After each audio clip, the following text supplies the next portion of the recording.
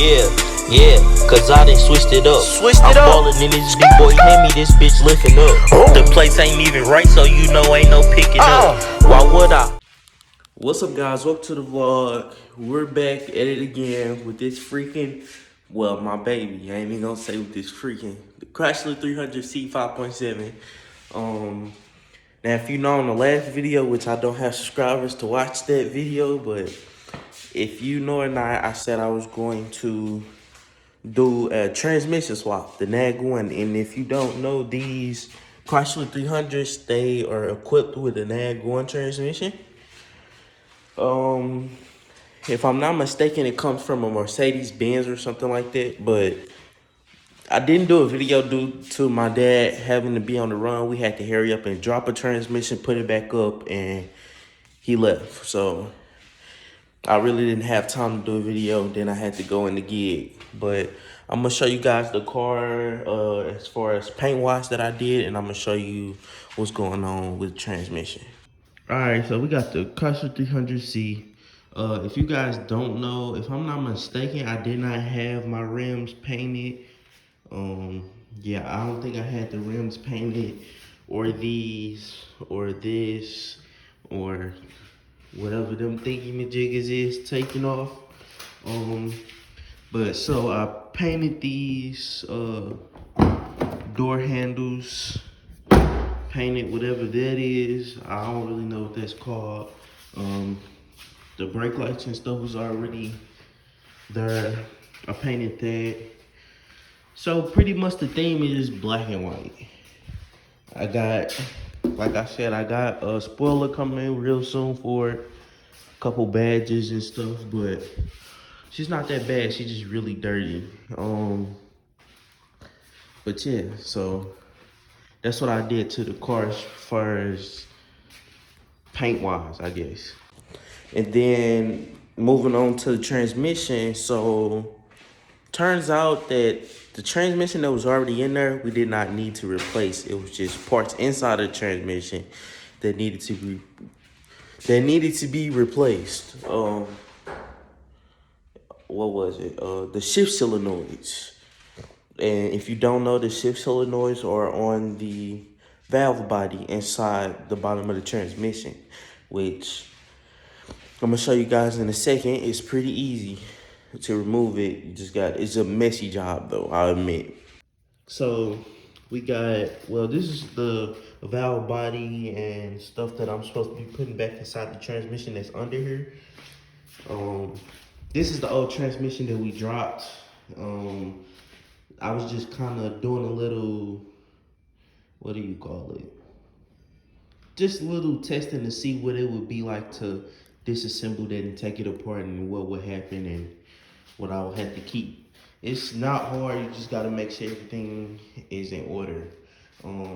So this is the old transmission that we pulled out. Turns out to be that the solenoids were bad.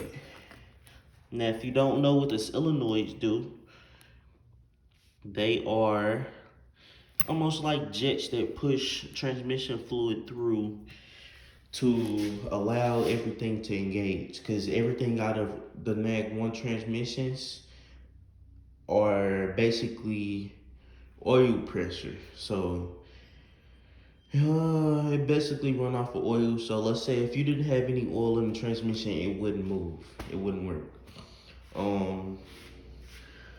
But yeah, so this is all stuff. It did have quite a bit of buildup. These are toast. So basically this whole valve body that came out the old transmission was toast.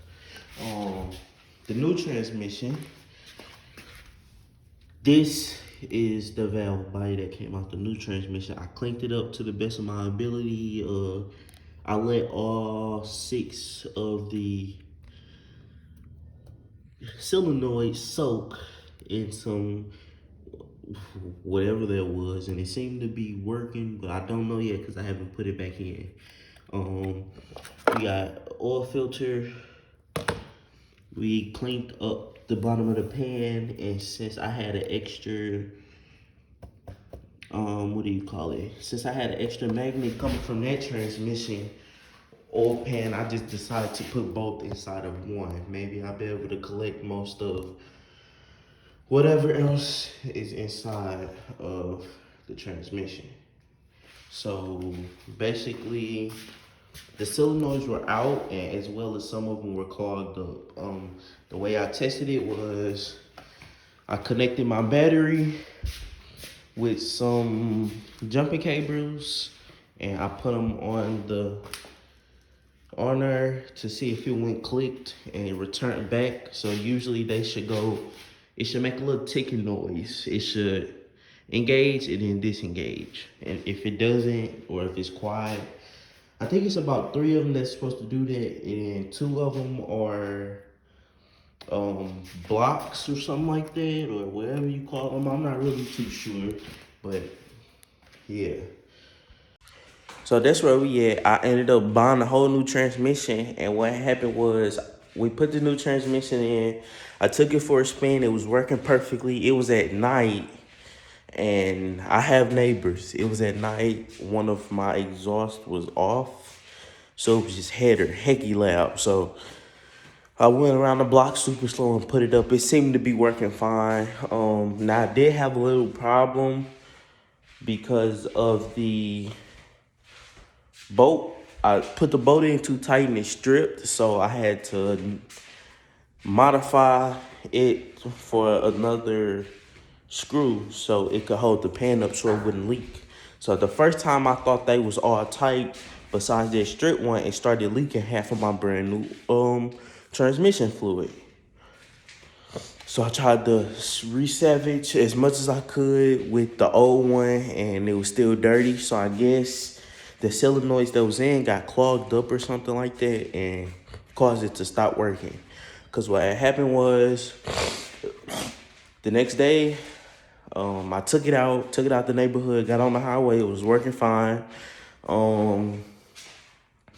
And then we got off the highway to turn around, get back on the highway, and go back to the house. I stopped at a stoplight, and when the light turned green, I hit the gas. It didn't go. It was just stuck, like it was stuck in neutral or something like that. So I ran a couple tests to the best of my ability, and them solenoids is what I found was the problem. Hopefully that actually is the problem. I'm hoping it is, because I got other stuff to move on next. Like, for instance, this car needs head gaskets. It's leaking oil from the heads and need head gaskets. So I'm trying to get done with this transmission problem so I can get it over with. I have to get some new transmission fluid for it. But yeah. So we coming up under here so I can show you guys that I do have a transmission up here. As you can see, I took the valve body out of the transmission that's currently put up.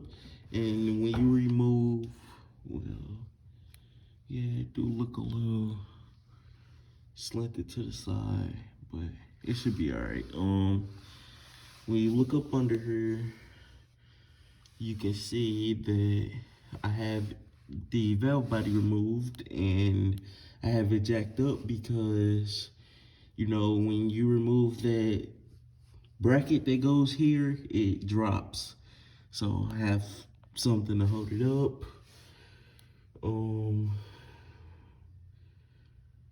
And yeah, it's not really too much more to explain. Give you a closer look of everything.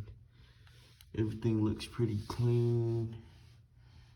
And yeah. So that's where we at right now. So the valve body that's going up in there is this one here. I got it clanked up. I took it apart to the best of my ability. Like I said, I soaked the solenoids, all sorts of stuff. Got an oil filter, got a new gasket on my pan, got 2 magnets in here so it can collect as much as it possibly could. What else?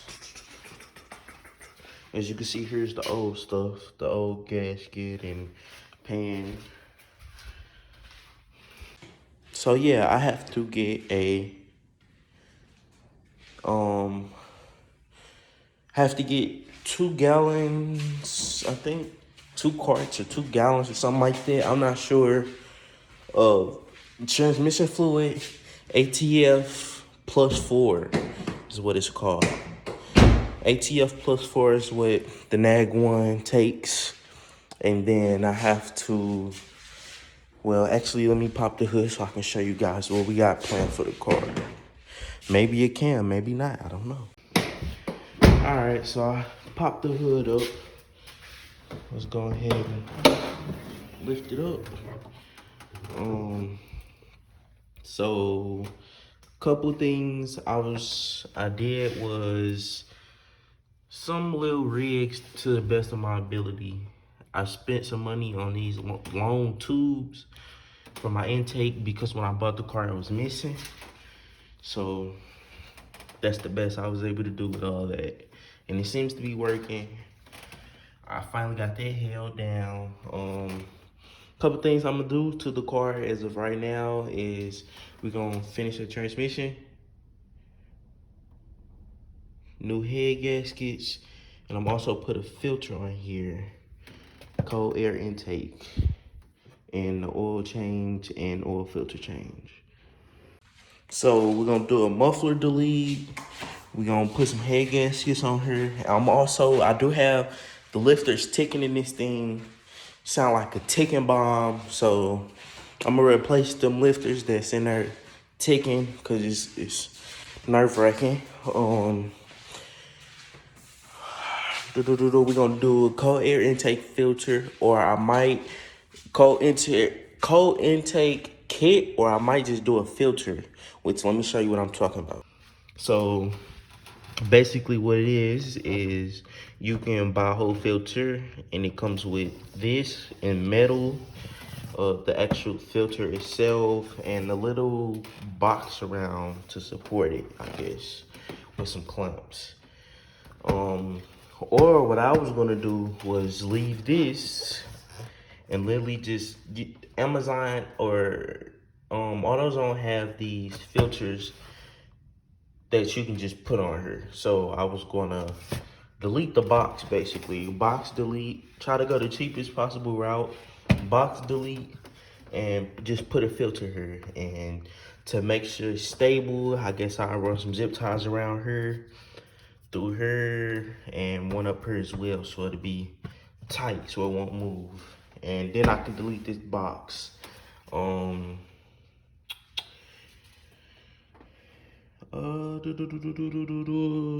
So that was for that, and at the same time we still keep this. Another thing is I have a bunch of spark plugs, brand new spark plugs, that when I take them heads off. By the way, also I ordered me a little cheap code reader. It's not really throwing any bad codes. It threw a misfire code not too long ago, but then it ended up disappearing. Don't know how, don't know what happened, but I just had a code on here and it ended up disappearing. So yeah, but let's see if I can pull one out. Here we go. We got a bunch of new Champion spark plugs that I'm gonna do, put them in there. The guy I bought them from, he said he already used about 3 of them in there. Just gonna finish changing all the rest of them. Tidy up some things. But besides that, yeah, that's pretty much it. What I'm gonna be doing to the car. And I'll make sure I be sure when I put that valve body back up, I'll make sure I tune you guys in because I did not do a transmission swap video for you guys. Pretty easy. Well, transmission swap drop thing, not as easy. Mostly need 2 people or you need specific tools. But the valve body drop is pretty easy. Easy said and done. All the bolts are a T20, so that's good. Everything is pretty much the same bolt. It's either, I mean, not T20, T30, sorry. T30 or T33, I think is one of those. But yeah, I think what I might do with this is put all this back together on my free time and put the pan on, the filter, and I'm go ahead and probably take it to a rebuild place or take it to the junkyard. Try to get a couple bucks off of it or swap it out for something or something like that. I don't know. But yeah, that's all I got for you guys today on this Chrysler 300. I will tune you guys in when I go ahead and start putting the transmission back together. And well, I'm just letting it drain out, get as much transmission fluid out of there as possible because I know it's dirty. So when I get the transmission fluid, my head gaskets come in and the lifters and head gaskets, when those come in. But I'm not gonna do that until I know this transmission is done, like until I know the problem is gone. And another thing is, I tried to run a code reader. It's either mine is too cheap to even pick up the transmission codes or anything. But when I dislocated a fuse from the transmission, like that goes to the transmission control module, it threw a code saying no, what do you call it? No connection to the, no communication to the transmission box. So with this car, it has 2 computers. It's one for the engine and all other stuff, and it's one for the transmission. That's all I got for you guys for that video. I'll see you guys later.